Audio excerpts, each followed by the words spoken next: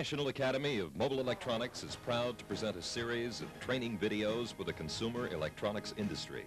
Each video focuses on a specific area of training with information that has been compiled and painstakingly applied over several years. These videos will make a great addition to your video training library, and if you're just getting started, they will save you hundreds of hours of head scratching. So sit back, take notes, and enjoy. Here's Mike Bro. Hello, my name is Mike Bro, and welcome to the National Academy of Mobile Electronics. NAME has developed a series of highly comprehensive training videos for the mobile electronics industry. Our videos will help the seasoned professional as well as the novice installer to better enhance their installation skills. We hope you enjoy our videos, and if you have any questions regarding any of our other training programs, please feel free to call our toll-free number during business hours. Now, let's get to work.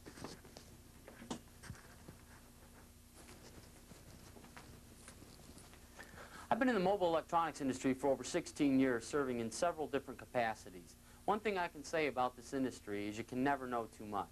A day wouldn't go by when I didn't learn a new trick about installing or a new technique to implement. Our goal here at NAME is to help you reduce the amount of time you spend on an installation by helping you eliminate the time spent on trial and error. This will make you worth more money to both yourself and to your employer. We're confident that the techniques revealed in these videos will prove effective in your quest to build a better career as a mobile electronics specialist. Loudspeakers. Without them, our job would be non-existent. They are the final stages and the tell-all of how well a system is designed and installed. In this video, we will be covering several aspects of low-frequency loudspeakers and how to design and build various types of enclosures to reproduce good quality, crisp, clean, low frequencies for your automotive audio system. We will talk about the makeup of a transducer, the derivation of teal small parameters, several formulas for designing enclosures and calculating the proper size of these enclosures. We believe that any loudspeaker has the ability to reproduce good sound given the proper type and size enclosure. Before we go on, let's look at what we will be covering. In Part 1, we will be covering a couple of important theories dealing with basic acoustics, the makeup of a moving coil dynamic loudspeaker, characteristics of the transducer, and we will also be defining teal small parameters. In Part 2, we will be covering basic geometry, the golden ratio, and figuring displacement of both your speakers and ports. In Part 3, we will go over the derivation of teal small parameters for your loudspeakers, formulating acoustic suspension enclosures, formulating bass reflex enclosures, which includes port length and size, and finally, in Part 4, we will cover formulation of isobaric enclosures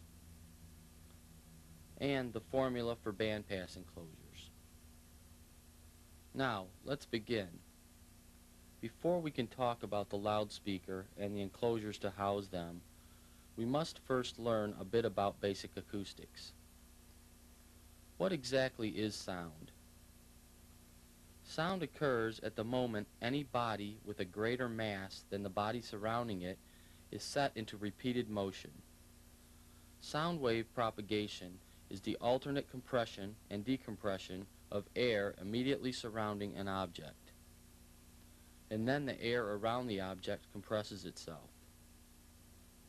These sound waves propagate outward in a spherical motion until the sound initially produced is dissipated or absorbed into the air. If we were to graph the radiating waves propagating from a loudspeaker, it would occur in cycles of high and low levels of energy. Here is how a 20 Hertz sound wave might look if we were graphing it.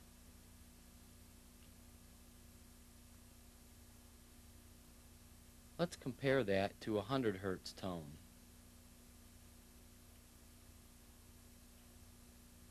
Before we go on, let me explain what exactly we mean by Hertz.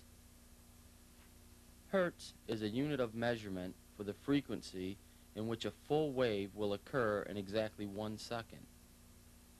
For instance, 20 Hertz is equal to 20 cycles per second, or a sound wave will propagate from 0 degrees to 180 degrees and on to its original starting point, or 360 degrees, 20 times in 1 second. Much like a speaker must complete 100 cycles per second to reproduce a 100 Hertz tone. This gives you a slight idea of just how incredible a loudspeaker really is. When it is asked to reproduce frequencies of 30 Hertz to 1000 Hertz simultaneously, and it does it virtually while turning on a dime. Now that we have discussed cycles per second and full waves, it is important to note the significance of the quarter wave. Here is the dissection of the full wave. The human ear is able to detect sound in as small as a quarter wavelength. We'll show you the importance of this a little later. How does the speed of sound affect what we hear? We will cover this briefly. Sound travels at approximately 1132 feet per second. Well, since we know that sound is measured in cycles per second, then it is possible for us to conclude the wavelength of any sound wave. Simply by dividing the speed of sound in feet per second by the frequency, we will arrive at that wavelength. For example, the wavelength of a 200 Hertz tone would be 1132 divided by 200, or 5.66 feet.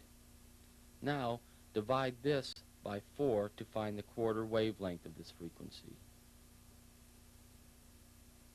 As you can see here, the reason for low frequencies being non-directional is all physical.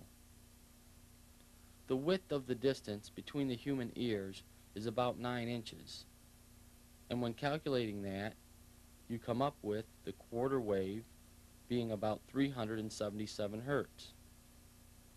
Therefore, anything under 377 Hertz we will not perceive in stereo. What other interesting questions may arise from our findings? Let's look at the cab of this pickup truck. Its width is about 6 feet wide, which is the greatest distance in the cab as compared to front to back measurements. Now, multiply 6 feet by 4 for the quarter wave and divide by 1132. You will find the lowest quarter wave to fit into the cab of this vehicle is about 47 Hertz. Now you can see how low frequencies are affected in large and small areas. Now we will briefly cover sound measurements in regards to its loudness. Sound pressure level, or SPL, is the loudness of sound in decibels in which sound is measured. The decibel is a logarithmic unit of measurement equal to 1/10 of a bell. It was named by Alexander Graham Bell and is the smallest division in which the perception of change can be noticed by the human ear. Now, let us see how power and distances affect sound. For the human ear to perceive a sound as being twice as loud, that sound must increase by approximately 10 dB, or decibels. Well, in order to increase our sound by only 3 dB maximum, we must double our power to the system. So, in other words, an increase from 10 watts to 20 watts improves sound by 3 dB. Just as adding to a system of 200 watts, an additional 200 watts, will improve your volume, or SPL, by 3 dB maximum. This also means to make a system twice as loud, you must increase your power by about 8 times. Just as power will affect the SPL of your system, we get a different effect by moving a loudspeaker closer or farther away from you. We will notice 6 dB changes in the halving or doubling of distances. For instance, if a speaker is 2 feet away in your door and its volume is at 90 dB, and the same type of speaker is 4 feet away, the speaker that is 4 feet away will be a full 6 dB down, or at 84 decibels. This may help when you are looking at the sensitivity specifications of a loudspeaker given out by a manufacturer. If one manufacturer lists his speaker as having a sensitivity of 96 dB at 1 watt at 1 meter, and another manufacturer lists his speaker at 99 dB at 1 watt at half a meter, which one would you say is more sensitive? Right, the first one. The second, using the same parameters, would measure 93 dB at 1 watt at 1 meter. Now, let's continue with the moving coil dynamic loudspeaker. Here is a basic diagram of a moving coil loudspeaker. Its parts makeup is as follows. The chassis, or basket, is generally made up of a pressed steel, and it provides the housing for all of the other components. The magnet assembly, which provides the magnetic field through the voice coil, as the current in the voice coil changes, it uses the polarized force of this assembly to travel through. The voice coil is a hollow tube wound with generally thin copper wire and is attached to the diaphragm or cone. The cone may be made up of a variety of materials, but for the most part you will see them made mostly of a rigid paper material.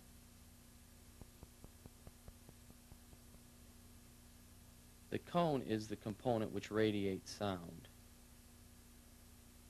The spider's primary function is to center the voice coil in the magnetic gap. It also does add some stiffness to the speaker's suspension. The surround joins the cone to the basket and offers flexibility for which the cone to move. The stiffer the material, the higher the QTS of the speaker will be. The lead wires are made up of a flexible wire which attaches the voice coil to the chassis. Alright, now let's cover some basic characteristics of the loudspeaker. Let's talk a bit about the piston range of a loudspeaker. The piston range is defined as the range of frequencies in which the acoustic wavelength is greater than the diameter of the diaphragm. Sound waves with frequencies above the speaker's piston range are radiated from the surface of the cone instead of from the piston-like motion. This response gives the cone material somewhat of an internal dampening characteristic. Thus, the polar response narrows, which causes the off-axis response to attenuate with increasing frequencies. Now, let us cover a definition of Teal small parameters in which will make our enclosure building ventures a much more enjoyable experience. The Teal small parameters which we will be most concerned with are going to be the Fs, which is the frequency in which the loudspeaker resonates in free air and is where the speaker operates most efficiently. Next, we have the QTS. This is a measure of the speaker suspension. The stiffer the suspension, the higher the QTS will be. Finally, we have the VAS. This specifies the airspace in a sealed enclosure which would match the compliance of the speaker. Once derived, these parameters will make it possible to predict the response of your enclosures. We will cover more on teal small parameters in Part 3, but for now, let's move on to Part 2. We will begin with basic geometry. First, we will talk about figuring basic formulas for finding the area of a particular shape. As you can see, for a rectangle, you simply multiply the length times the width. For a triangle, it is half the length times the width. And for a circle, it is pi r squared, or 3.14 times radius times radius. Now, in figuring the volume of a particular shape, it is as follows. For a rectangular box, simply multiply length times width times depth. For a triangular shape, it would be half the length times width times the depth. And finally, for a cylindrical shape, pi r squared times the length. Now, let's look at the calculation of some odd shapes you may encounter and see how to derive their volumes. Here is a basic shape of a mini truck box. Let's see how to derive at a volume for this shape. Our top is 3 inches. Our bottom is 6 inches. Our back is 12 inches, and it is 18 inches wide. For this, simply add the top and the bottom, which is 9, divide by 2 to get 4.5, and now multiply by height and width, or 4.5 times 12 times 18 to get 972 cubic inches. One important thing to note is that these are inside dimensions. So if you have taken outside dimensions and have used 3/4 inch MDF, reduce your measurements by 1.5 inches. Now, let's see how to convert the 972 cubic inches into cubic feet, since cubic feet and liters is what speaker VAS is generally given in. To do that, take your total volume of inside airspace and divide it by 1728, which is how many cubic inches it takes to make up a cubic foot. In our case, our enclosure was 972 cubic inches. So, 972 divided by 1728 is 0.562 cubic feet, or just over half a cubic foot. To convert that to liters, you need to know that there are 28.317 liters in 1 cubic foot. So simply multiply by 0.562 and you'll see your enclosure is 15.914 liters before figuring displacement. Now, let's see how to derive a tough dimension on a triangular shape. Here, you are designing a box for the rear of a pickup, and you know that the depth on the bottom is 6 inches, the top is 3 inches, the back is 12 inches. But you can't figure the front until you have cut and assembled your other sections. Or can you? Sure. Here's what you do. Subtract the top from the bottom, then square the bottom and the back, add the two together, and derive the square root to find your front. Or a squared plus b squared equals c squared. Let's try it. The bottom is 6, the top is 3, Subtract the top from the bottom to get 3. Now square that to get 9. Next, square your back. 12 squared is 144. Now, add the 2 to get 153. Now, get the square root of 153, which is 12.37 inches, which is how long your front piece will be. It's that simple. Now, let's talk a bit about the golden ratio for building our enclosures. These are considered the optimum dimensions to build your enclosures when there are no size restrictions. An enclosure built with this formula will have less panel vibration and unwanted resonances within it. To find the size of a particular enclosure, simply find the cube root of the volume you wish to use, and this will be side A. Then multiply side A by 0.7937 to get side B. Then multiply side A by 1.2599 to get side C. This simple procedure will make all of your enclosures sound better. Obviously, you won't be able to build all of your enclosures to this ratio, but always use common sense when building your enclosures. We will be using this ratio later in building our enclosures. So let's move on to figuring displacements. Whenever we determine the optimum size of an enclosure for any loudspeaker, the volume of the enclosure must have the displacement of ports, speakers, and braces figured into it.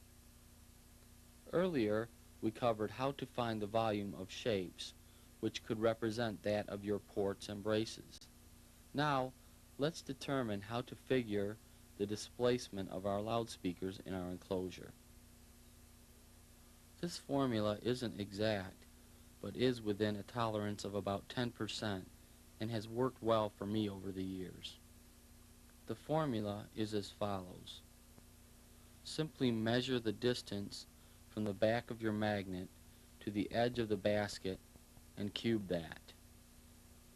Next, multiply that by 1.2434 and you will get close to your displacement for that particular loudspeaker. Now, let's move on to part 3. Here we will begin by showing you how to derive teal small parameters from any loudspeaker you wish. Here is a look at some of the equipment you will need to do so.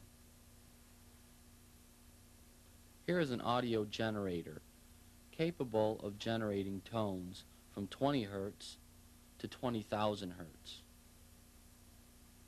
Next, we have an analog multimeter, which we will use to measure impedances. A digital meter fluctuates too much to get accurate readings. Therefore, we will use the analog.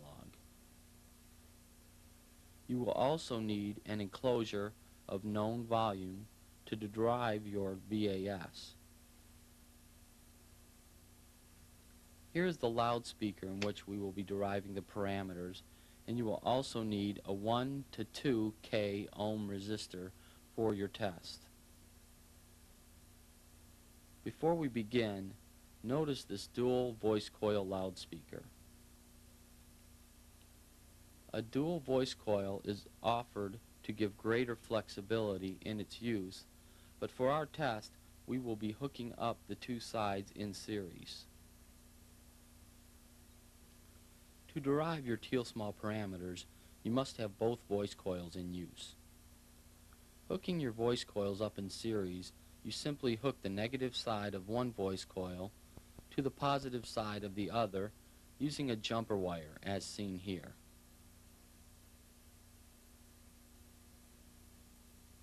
Then, you take the remaining positive and negative and wire that to your source. First, test the DC resistance of your loudspeaker with your multimeter before continuing. You may want to use a resistor to calibrate your meter.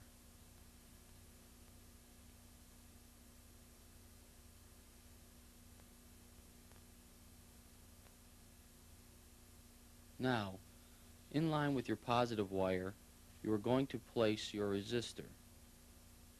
Since audio signal is AC, the placement of your resistor is not critical.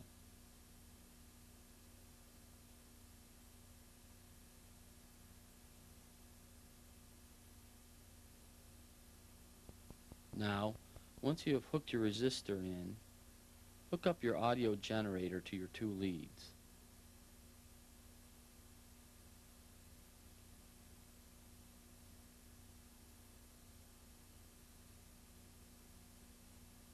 Now, hook up your meter to your speaker, making sure it is in the scale for measuring impedance.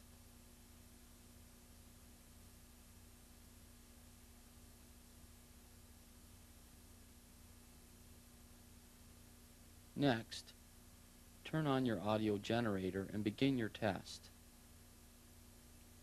The first measurement you took was that of DC resistance, and you logged that as 7 ohms.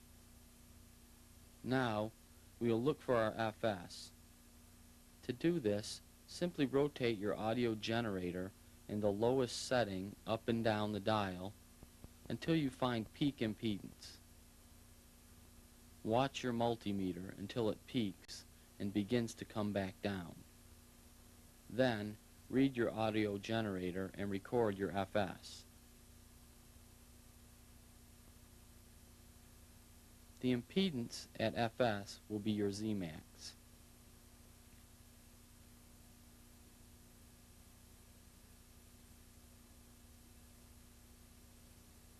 Now, find RO by dividing Zmax by RE. Our Zmax was 55 ohms. This occurred at 27 hertz. Okay, we've come up with 7.857 for our RO. Next, find the square root of RO. Okay, 2.80. Now, find reduced impedance by multiplying the square root of RO by RE.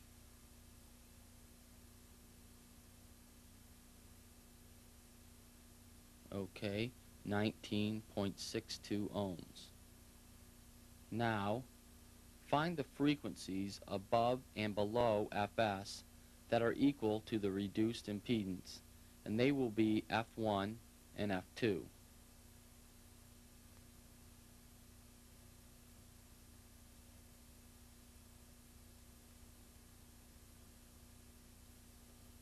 Next, define QMS, multiply Fs by the square root of RO, and divide it by F1 minus F2. Now to find QES, divide QMS by RO minus 1.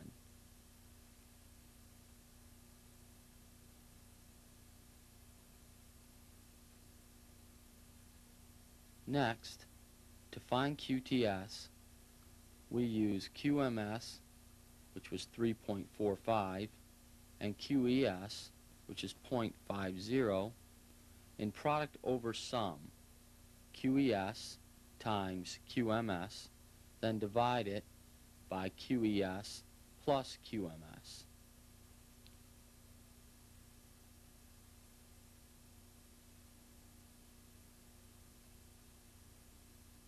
Last, we need to find VAS. To get this, we need an enclosure of known volume. In this case, this enclosure is 1.4 cubic feet. Simply place your loudspeaker on top of the hole, ensuring a good seal.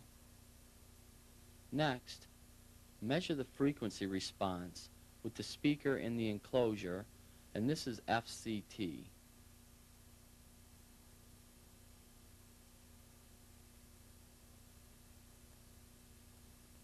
Okay, it's about 56 hertz.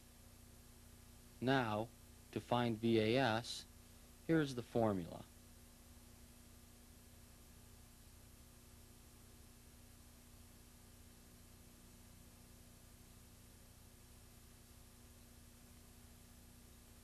VB is the volume of the enclosure.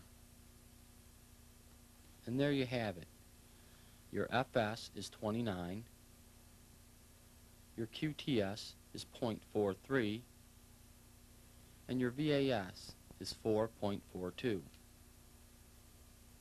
Now, with these parameters, box building is much easier. In fact, without these parameters, building a perfect enclosure would be virtually impossible. Now, let's get going on designing an acoustic suspension or sealed enclosure. Closed box loudspeakers are the simplest and most popular type of enclosure used in automotive applications.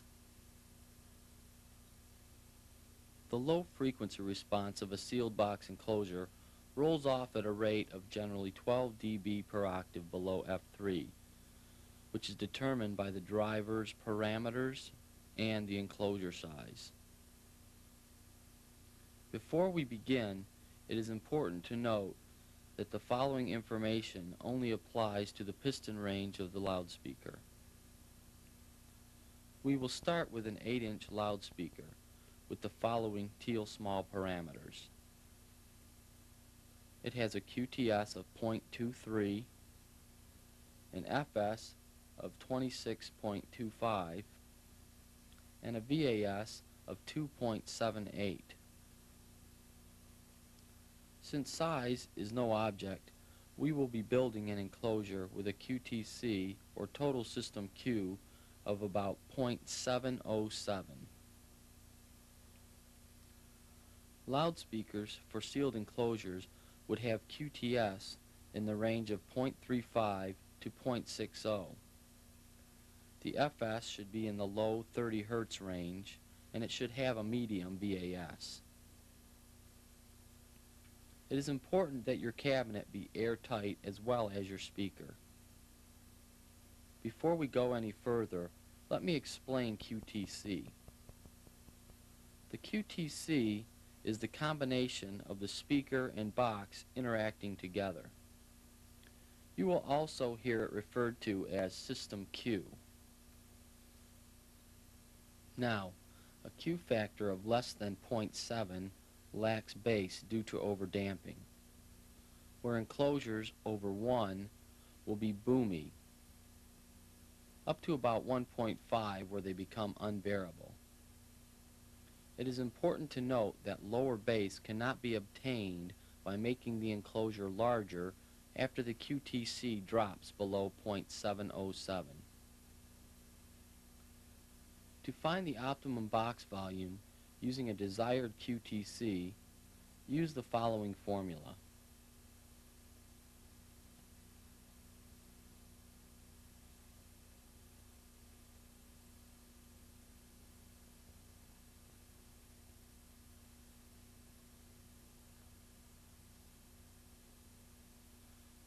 If you already have a box volume of a known amount, then to find the QTC of the system, use this formula.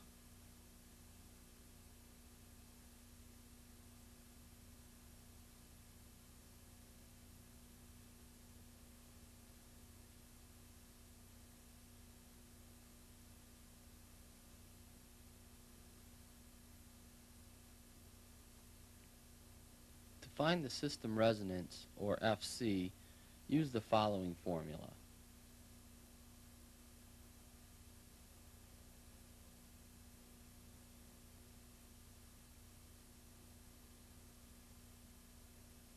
And finally, to find your low frequency cutoff point, or F3, formulate the following.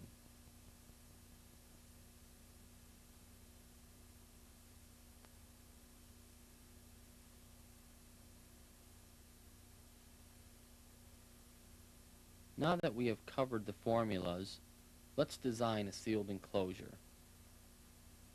Referring back to our initial formula to determine a box, we want to get a volume with a QTC of about 0.707. Here's what we do. Take the VAS, or 2.78, and divide it by 0.707 over QTS squared minus 1. And we will come up with a box volume of 0.328.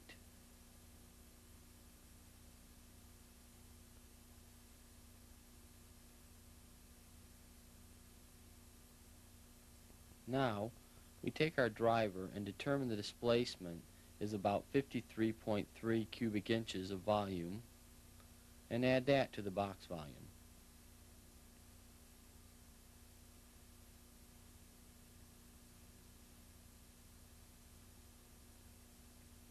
This gives us a box volume of 620 cubic inches. Now, we can determine the optimum size of our enclosure by finding the cube root of the box volume and performing these steps that we talked about in the golden ratio section. The cube root of 620 cubic inches is 8.52. This is side A. Multiply that by 0.7937 to get 6.76. That'll be side B. And then multiply side A by 1.2599 and you'll get 10.73. That will be side C. Now, these are interior dimensions, so be sure to account for the thickness of your wood when building this enclosure.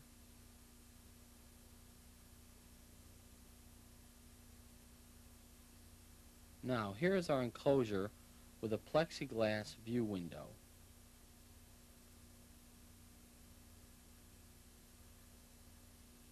Now, let's talk a bit about damping.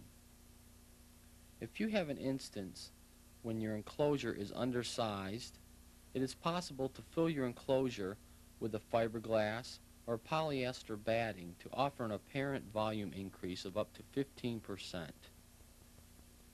It may also help to control a system where the QTC is too high. Now, let's move on to our bass reflex speaker enclosure design. This is known as a tune-ported or a vented enclosure. This type of enclosure is considerably different than the sealed enclosure. Simply making the box larger or smaller to affect the optimum response is not possible. What we do with a ported enclosure is tune the port to interact with the tuning of the speaker in the enclosure. The variation from an optimally tuned speaker enclosure and port is known as ripple. A tune-ported enclosure has several advantages, one being higher efficiency due to the additional output of the port. The port, also known as a Helmholtz resonator, where the air mass inside the port vibrates in phase with the cone of the speaker at some frequencies and out of phase with other frequencies. The out of phase vibration of the vent coupled with the natural roll-off of the speaker increase the system's roll-off characteristics to 24 dB per octave. Now, in the way of ripple, the acceptable range in a bass reflex enclosure is between -2 and 2 dB. We are going to build our enclosure using a 10-inch loudspeaker with the following parameters: QTS of 0.26, VAS 4.80, and FS of 27 Hz. Optimum teal small parameters for a vented enclosure are QTS of between 0.25 and 0.45, medium to low VAS, and FS in the mid-30s and down. The following is a formula for zero ripple vented speaker enclosures.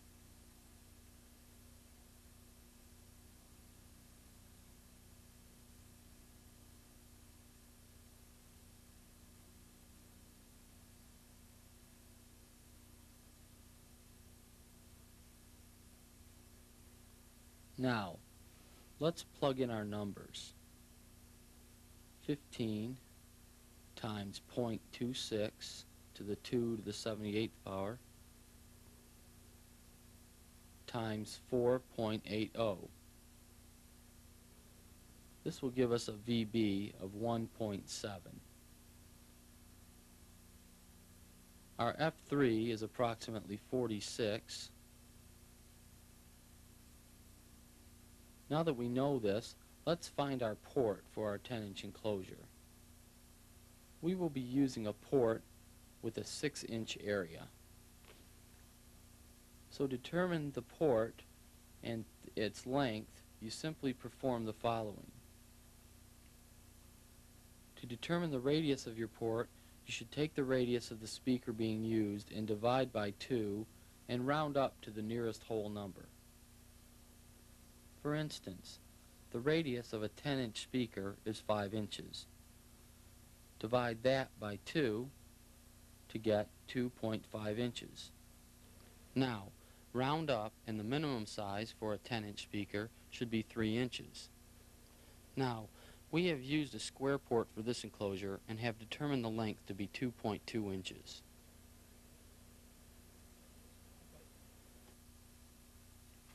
Now, let's calculate our perfect enclosure. Take VB, add the displacement of our speaker and port, and you will come up with approximately 3,047 cubic inches. Now, calculating your golden ratio, and you will come up with side A, 14.5, side B, 11.5, and side C, 18.25. Here we have another enclosure.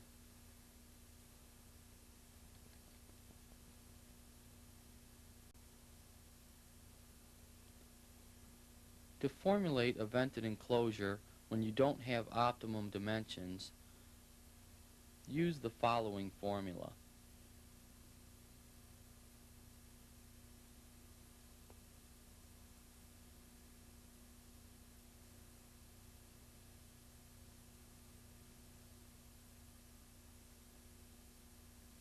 Now, let's move on to part 4 of our video.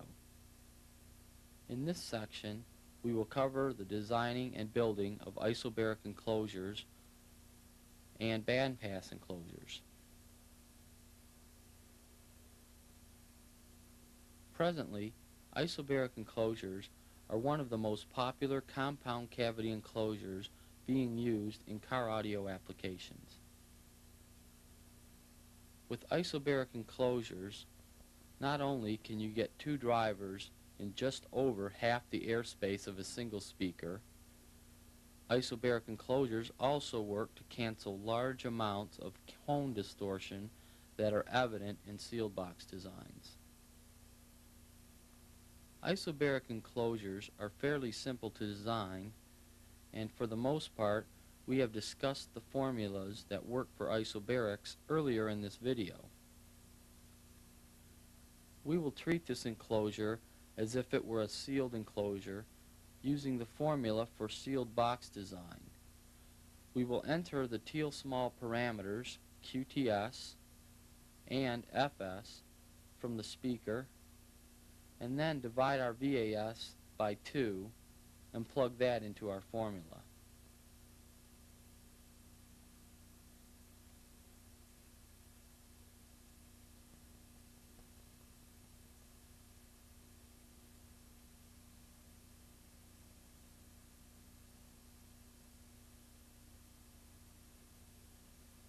Now this calculation is for the rear enclosure, assuming that you will be enclosing the front driver. Now there are 2 ways to couple these speakers together. The first is to seal the two together, facing one another, and then mount one speaker into the enclosure, creating virtually one woofer requiring half the airspace of just one individual driver. The second way is to build the other speaker into a front cavity just large enough to house the speaker, keeping the magnet of the front speaker half the diameter size of the woofer from the edge of the rear speaker, as seen here. It is important to observe this spacing to ensure the near field of the rear speaker remain unobstructed. Ensure a good seal between cavities and apply the golden ratio whenever possible.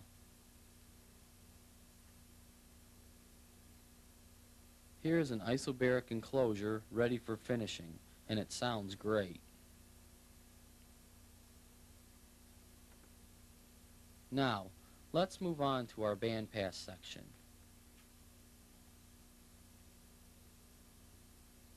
Bandpass enclosures are enclosures where the acoustic output is electroacoustically filtered by combining electrical and acoustic low-pass functions to produce a defined bandwidth response. According to Earl R. Geddes, the author of a well-written paper on bandpass enclosures titled An Introduction to Bandpass Loudspeaker Systems, to determine the bandpass order, simply sum the high-pass and low-pass orders. These enclosures are proven to have as trade-offs improved slope characteristics, lower high-pass cutoffs, and improved displacement power handling. For this video, we will be designing and building a non-symmetrical dual-cavity, dual-reflex enclosure using a 12-inch loudspeaker with the following teal small parameters: QTS of 0.51, a VAS of 3.90 cubic feet, and FS of 28 Hertz.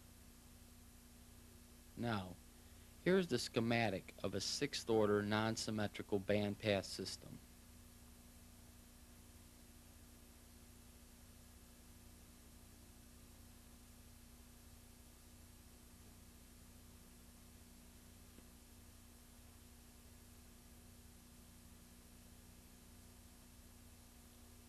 Now, are you ready with your calculators? Here is the mathematical equation for the same enclosure.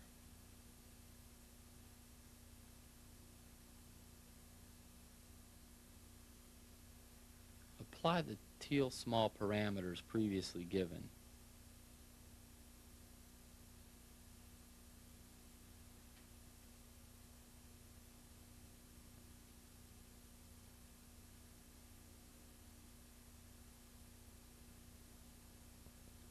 This is a bit much math for you. We have calculated the formula for you and determined the enclosure size to be about 2 cubic feet.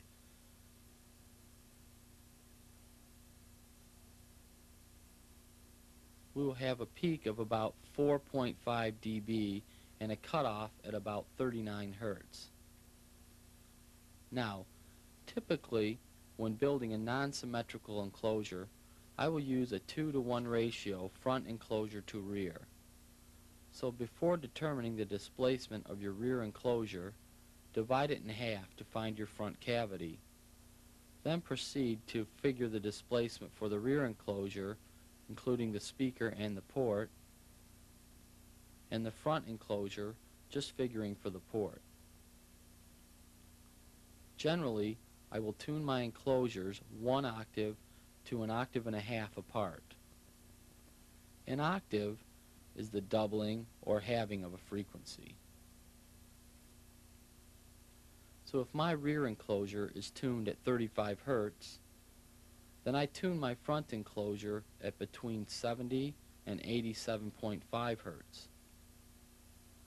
Remember, Different drivers will react differently. Always apply these formulas when changing parameters. Here are some other tips to heed when building bandpass enclosures. Never carpet over your ports. Don't place your ports over your drivers or in the center of the box.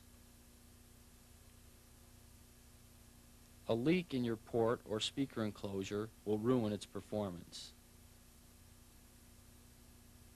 Remember, laying a speaker on a horizontal plane allows gravity to take over and may change the cue of your driver. Do not obstruct your port by placing your enclosure too close to a wall or seat.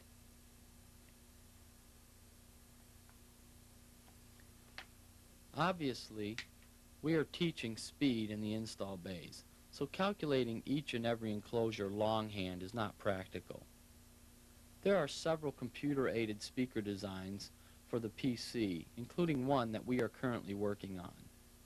Also, included in your video, we offered several other formulas and a list of other reference material that we recommend for furthering your knowledge into enclosure designs. Now, let's review what we have learned. In Part 1, we covered acoustic theory, the dynamic loudspeaker,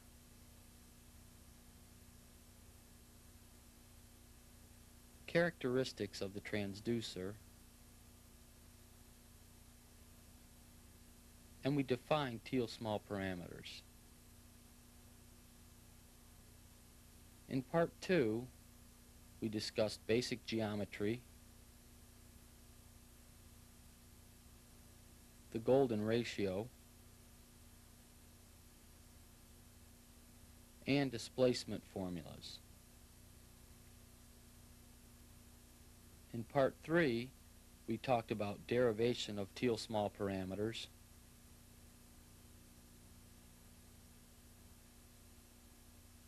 calculating and building a sealed enclosure,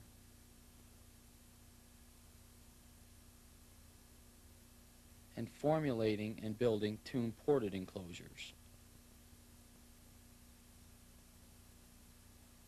Finally, in Part 4, we covered techniques in building isobaric enclosures and bandpass enclosures.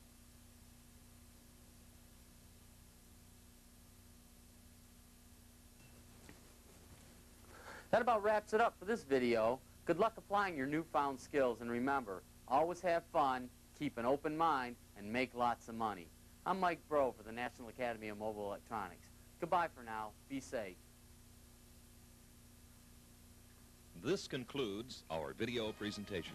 For suggestions for new videos or the release of other training videos, call NAME at 1-800-869-8448.